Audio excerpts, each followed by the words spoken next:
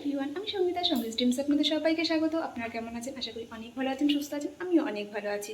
আর এখন হচ্ছে ঘড়িতে বাজে হচ্ছে 7টা, আর আমি ঘুম থেকে উঠেছি হচ্ছে 5:30টার সময়। আফটার অল জামাই ষষ্ঠী বলে কথা। আজকে হচ্ছে জামাই ষষ্ঠী। জামাই ষষ্ঠীর অনেক অনেক শুভেচ্ছা সবাইকে।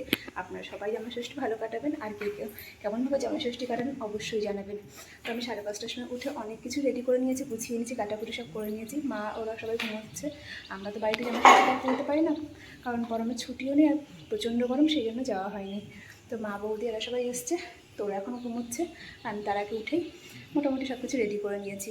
তো একটু পরে রান্নাবান্না শুরু হবে, সাথে থাকুন। এই যে রান্না শুরু হয়ে গেছে। আগে আমি অনেক কিছু ভাজা টাজা এগুলো সব করে নিয়েছি।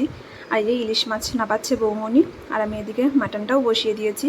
আর এত গরম ছিল, গরমের মধ্যে রান্না করা সত্যি খুব কষ্টকর।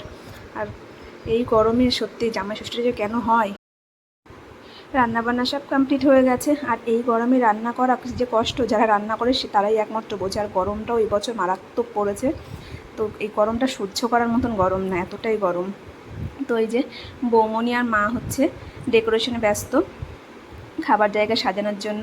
আর মেনুতে ছিল হচ্ছে ভাত, শাক ভাজা, লাউ চিংড়ি, মাছের ডিমের বড়া, ডাল, ইলিশ মাছ, মাটন, দই, মিষ্টি, কেক, আর এদিকে ফল এগুলো সব রয়েছে, ড্রাই ফ্রুটস, অনেক কিছুই ছিল। যাই হোক, সুন্দর করে বৌমনি সাজিয়ে দিচ্ছে। মাও হাত লাগিয়েছিল, যতই হোক জামাইয়ের। আর লাস্ট ইয়ার থেকে জামাই ষষ্ঠীটা আমার বাড়িতেই হয়, কারণ পরমের ছুটি থাকে না, আরও অন্য কোথাও গিয়ে কাজ করতে ঠিক কমফর্ট ফিল করে না, সেই জন্য মা বাবাকে আমার বাড়িতেই ডেকে নিই। তো এত গরম, আর বাবারও কাজের প্রেশার, সেজন্য বাবা আসতে পারেনি। দাদা, বৌদি, আমাদের পুচকু, আমার সোনা বাবা, মা সবাই এসছে। তো সোনা বাবা যদিও বা খাওয়া দাওয়া করে ঘুমিয়ে পড়েছে, সোনা বাবা এখানে নেই। সোনা বাবা কখন থেকে বলছিল কেক কাটবো, কিন্তু সেই সময়ই ঘুমিয়ে পড়লো।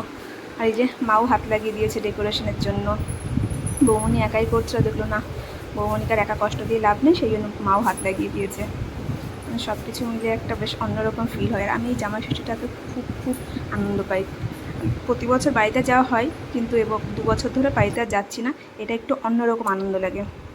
আর এই যে দাদার পরম খেতে বসে গেছে, কেক কাটতে বলা হচ্ছে। তো এই যে কেক কাটিং চলছে।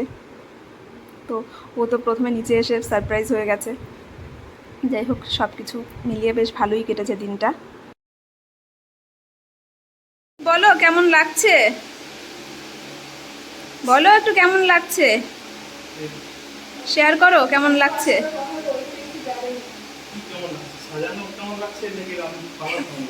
সব কিছু মিলিয়ে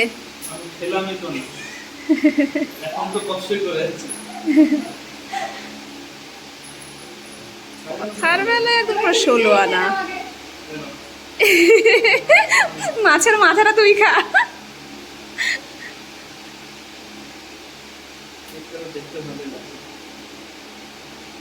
তুই কি ভাবছিস? মাছের মাথা দিয়েছে তোকে। সব খাওয়া দাওয়া শুরু করে দিয়েছি। এরা খাওয়া দাওয়া কমপ্লিট হয়ে গেলে পরে আমরাও খাওয়া দাওয়া করে নেবো। তো আজকেকার মতন ব্লগটা এখানেই শেষ করছি। আপনারা সবাই সুস্থ থাকবেন, ভালো থাকবেন। আর আমার ভিডিওগুলো যদি ভালো লাগে অবশ্যই লাইক, কমেন্ট, শেয়ার করে দেবেন। আমি ডেইলি ব্লগ যদিও বা করি না, কিন্তু এইরকম ছোট ছোট খুশির মুহূর্তগুলো আপনাদের সাথে শেয়ার করার চেষ্টা করি।